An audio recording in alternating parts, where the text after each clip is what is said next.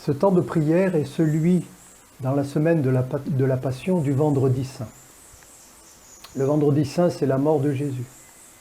C'est le procès et sa mort à la suite. Alors, nous voulons nous arrêter à cette occasion-là, nous poser, réfléchir à cette mort, à ce qu'elle veut dire.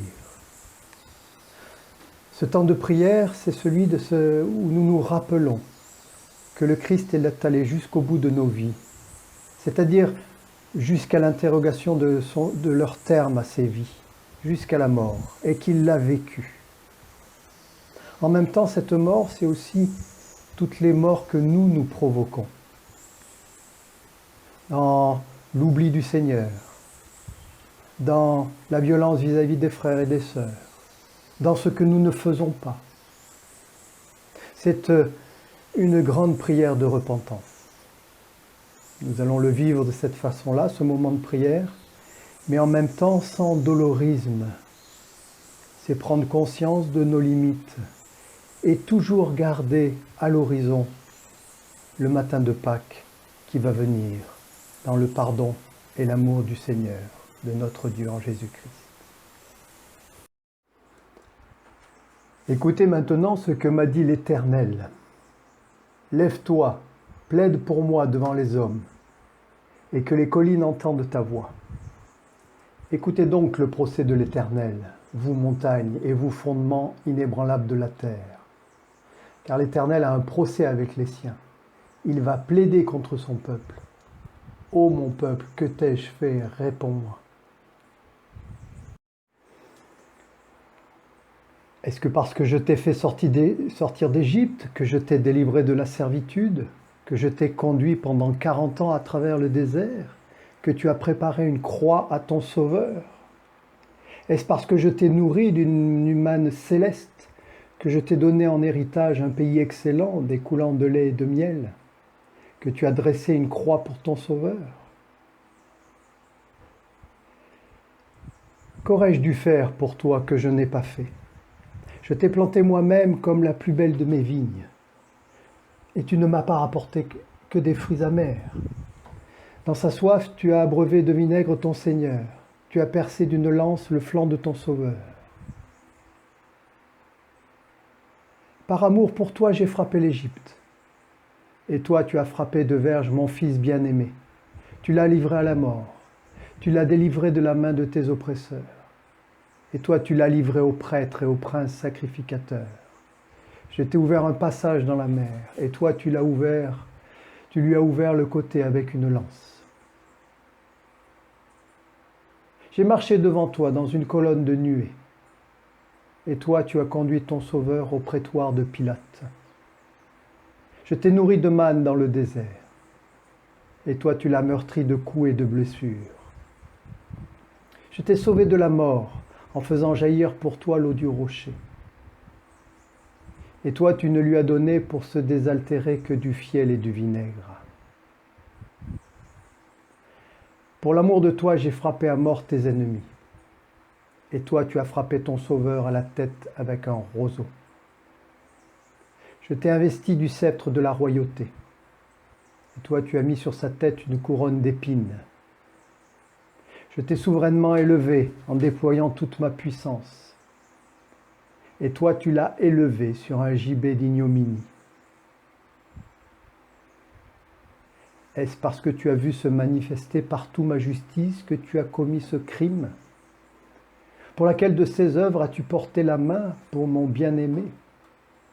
Est-ce parce qu'il a guéri tes malades, nourri tes pauvres, consolé tes affligés, purifié tes lépreux et ressuscité tes morts, que tu as crucifié ton Sauveur?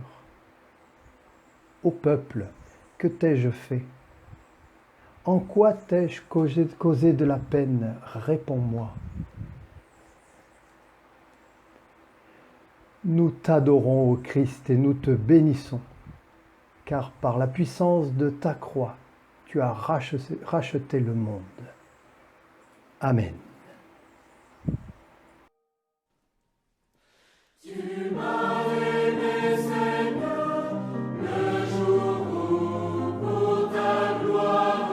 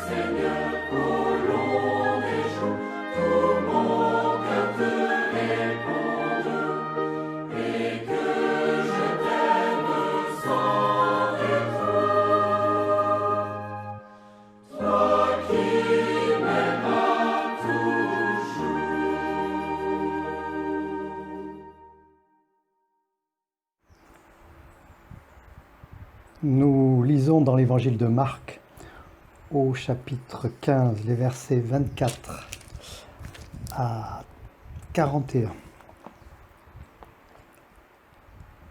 Il le crucifie, il partage ses vêtements en les tirant au sort pour savoir ce que chacun prendrait.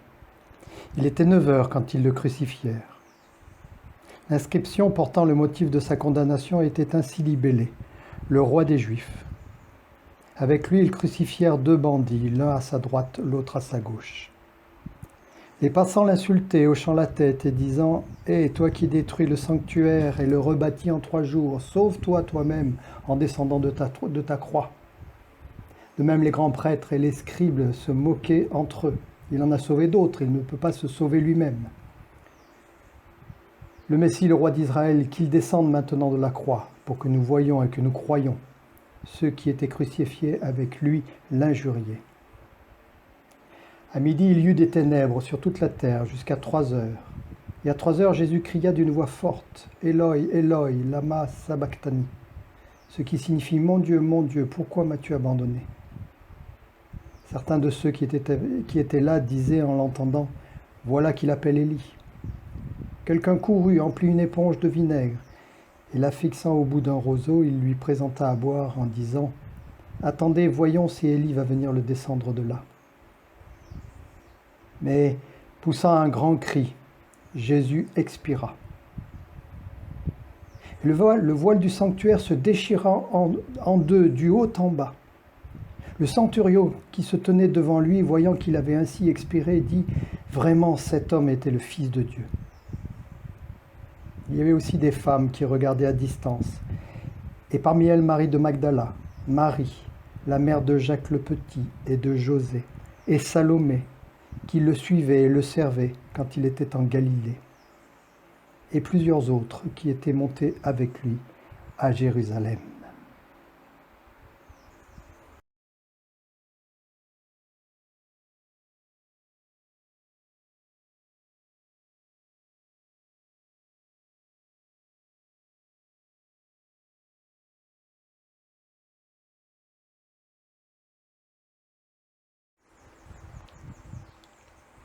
Un homme est mort en haut de la colline, d'être allé jusqu'à l'ultime de l'amour, là où le ciel abandonne.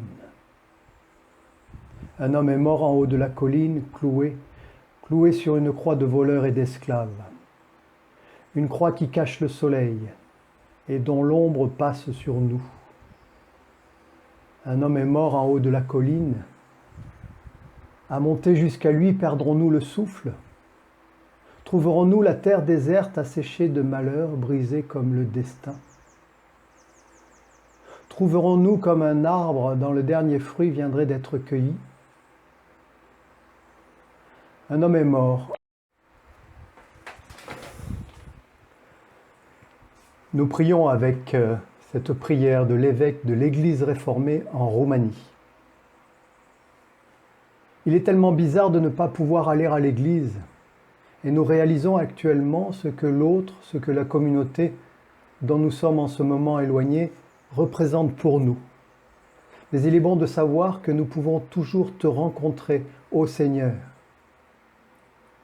Saisis-toi maintenant de cette opportunité que crée la pandémie.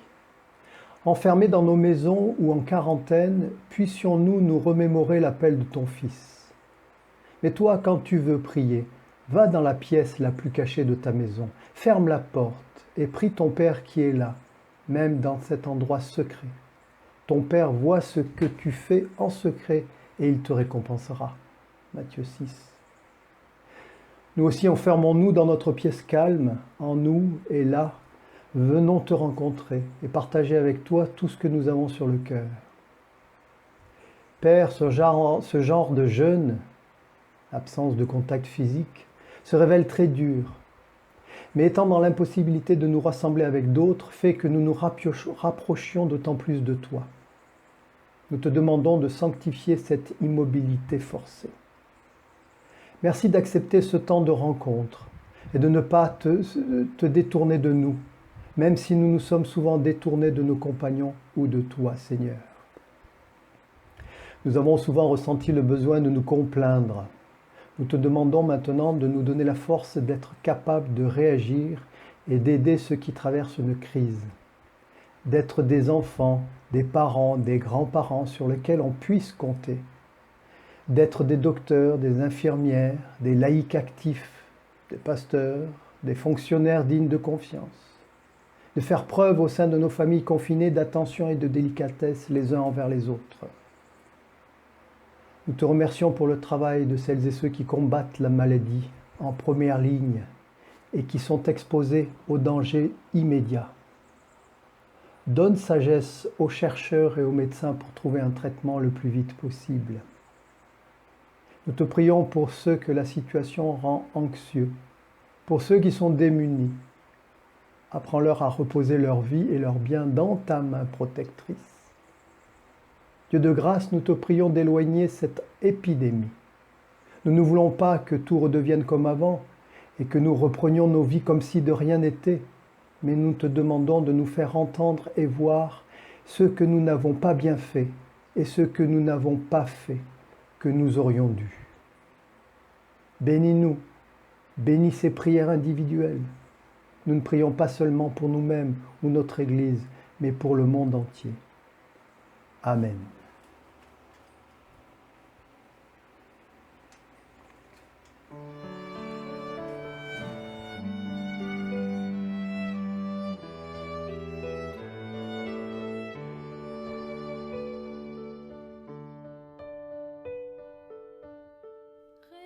Rédempteur admirable, sur la croix attaché, traité comme un coupable, brisé pour mon péché. Ton angoisse suprême, ta douleur, ton tourment, me disent, moi je t'aime, j'ai pris ton châtiment.